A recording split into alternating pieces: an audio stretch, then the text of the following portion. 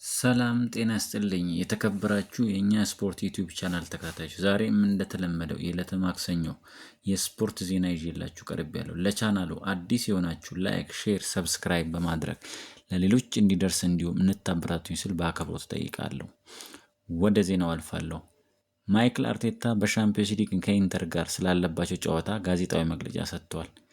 ማይክል አርቴታ እንዲህ ሲናገር ሂንካፔ፣ ካልፊዮሪ እና ዶማን ዝግጁ አይደሉም፣ ነገር ግን ሙስኬራ እና ሃቨርትዝ ዝግጁ ናቸው።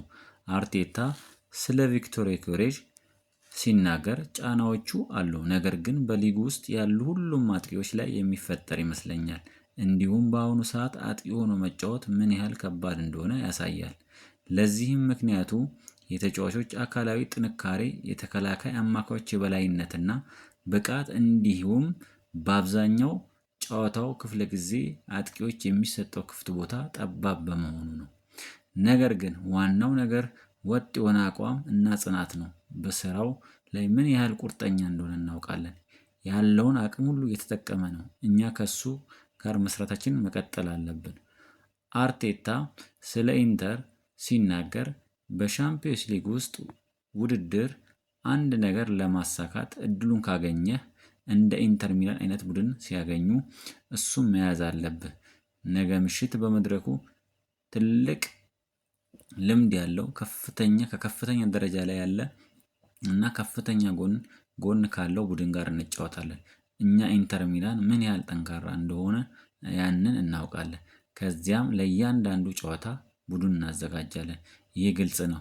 ወደዚህ የመጣነው እሱን ለማሸነፍ ነው። የውድድር ዓመቱን በድል እንደጀመርን በድል ለመጨረስ በዚህ ስንመጣ ማሳካት የምንፈልገውን ነገር ግልጽ ነው። እናም ነገ ተመሳሳይ ይሆናል። አርቴታ አርሰናል የፕሪሚየር ሊጉን መሪነት ልዩነት ስለማስፋቱ ሲናገር በግልጽ ለመናገር በቅርብ ባደረግናቸው ውጤቶች አልረካንም ነበር። እኛ ጨዋታውን ደጋግመን ተመልክተነዋል፣ እንዲሁም የሌሎች ቡድኖችን ውጤት ተመልክተናል። ከዚህ የበለጠ እንደምንፈልግ ግልጽ ነው። ነገር ግን እኔ እንደማስበው የእያንዳንዱ ጨዋታ ላይ የሚደረገው ፉክክር ቀላል አይደለም። ይህ ሊግ በአሁኑ ወቅት የትኛውም ጨዋታ ላይ ፈተናዎች አሉት። ለእኛ እያንዳንዷ ነጥብ ምን ያህል ዋጋ እንዳላት እናውቃለን። እያንዳንዱ ጨዋታ ማሸነፍ እንፈልጋለን፣ ምክንያቱም ይህ ሊግ ለማሸነፍ የግድ ይህ ያስፈልግሃል። አሁን ነገ ደግሞ በሌላ ውድድር ነገ ጨዋታዎችን እናደርጋለን። እዚህ ሜዳ ላይ ከአንድ ዓመት በፊት ተገኝተን ነበር። እናም እዚህ እንደገና ወደ ሻምፒዮንስ ሊግ ተመልሰናል። ለነገ ጨዋታ ተዘጋጅተናል ሲል አስተያየቱን ቋጭቷል። ሰበር ዜና ቪክቶር ዮኬሬሽ ልቡ የሚመኘውን ፍቅረኛ ማግኘቱን እና በአሁኑ ወቅት ግንኙነት መጀመራቸው ተዘግቧል። እሷ በአሜሪካ የምትኖር ስትሆን በዮኬሬሽ ፍቅር ክንፍ ማለቷን እና ከእሱም ለመኖር በቅርብ ወደ ለንደን ለመምጣት እና ከቪክ ጋር በአንድ ጣሪያ ለመኖር ፈቃደኛ ሆናለች። ይህ አይምሬ አጥቂ ለብቃቱ መቀነስ እንደ ትልቅ ችግር ሲነገር የቆየው ለንደን ውስጥ ሕይወቱን በብቸኝነት መግፋቱና ከዚህ በፊት የነበረችው ፍቅረኛ ከስፖርቲንግ ሊዝበን ወደ አርሰናል ሲዘዋወር ፈቃደኛ ባለመሆኗ የፍቅር ግንኙነታቸው በአርሰናል ምክንያት መለያየቱን እናውቃለን። በአሁኑ ሰዓት የአርሰናል ትልቁ ችግር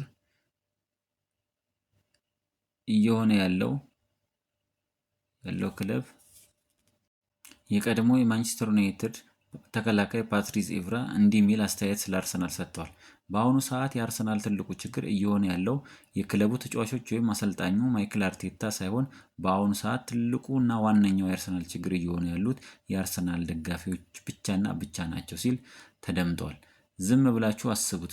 በዚህ ሲዝን የማይክል አርቴታ ቡድን እየተወዳደረበት በሚገኝባቸው አራቱም የዋንጫ ውድድር ላይ ቡድኑ በሁሉም ውድድር የዋንጫው ተመራጭ ቡድን ነው። አሁን አርሰናል የሚገኝበት ቦታ ላይ የሁሉም ክለብ ደጋፊዎች ትልቁ ህልም እና ምኞት ነው።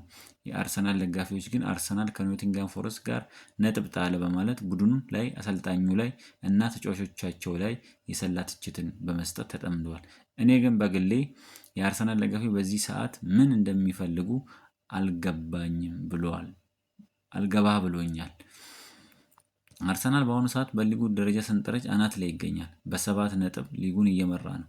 በአውሮፓ ቻምፒዮንስ ሊግ ምድቡን በአንደኝነት እየመራ ይገኛል። እንዲህም በካርሊንግ ካፕ የፍጻሜ ተፋላሚ ለመሆን አንድ እግሩን ወደ ፍጻሜው አስገብቷል። እንዲሁም በኤፍኤ ካፕ ውድድር ላይም ይህን ቡድን እንደሚገኝ አስታውሱ። ማይክል አርቴታ እና ቡድኑ በዚህ ሲዝን የአራትዮሽ ዋንጫ ኳድረብል ዋንጫዎችን ለማሳካት እድል እንዳለው ግልጽ ነው። ነገር ግን በጣም በሚገርም ሁኔታ ቡድናቸው ትልቅ የዋንጫ ተመራጭ ቢሆንም እነሱ የአርሰናል ደጋፊዎች በጥሩ ሁኔታ በአራቱም ግንባር እየተፋለመ የሚገኘውን ቡድናቸውን በአርቴታ ስር ክለቡን ወደ ክብር ሊመራ የሚችል አስተዳደር አይደለም በማለት ከፍተኛ የሰላ ትችት ይሰነዝራሉ። ወደ ሌላው ዜና ሳልፍ ኢያን ራይት የቀድሞ የአርሰናል ተጫዋች ከማንቸስተር ዩናይትድ ጋር ስላለባቸው ጨዋታ አስተያየቱን ሰጥቷል። ኢያን ራይት ሲናገር አርሰናል ከዩናይትድ ጋር ስለሚያደርጉት ጨዋታ አማድ ዲያሎ ለአርሰናል ትልቅ ስጋት ነው በማለት ይናገራል። አማድ ከኤምቤሞ እና ከቡርኖ ጋር በመሆን የሚያሳየውን እንቅስቃሴ ያስፈራኛል። ከሲቲ ጋር ባደረጉት ጨዋታ ይህ ተጫዋች ድንቅ ነበር። በተለይም በአሁኑ ሰዓት በዚህ የማንቸስተር ዩናይትድ ቡድን ውስጥ በራስ መተማመን መንፈስ አለ። ሲቲን ከጨዋታው ብልጫ ጋር አሸንፈዋል። በሚቀጥለው ሳምንት ኤሜሬትስ ላይ እነሱን እንገጥማለን። አሁን በዩናይትድ ቤት ትልቅ መነቃቃት ተፈጥሯል። ይህም ለአርሰናል በጣም ከባድ ነው ሲል አስተያየቱን ቋጭቷል። ስላዳመጣችሁኝ አመሰግናለሁ።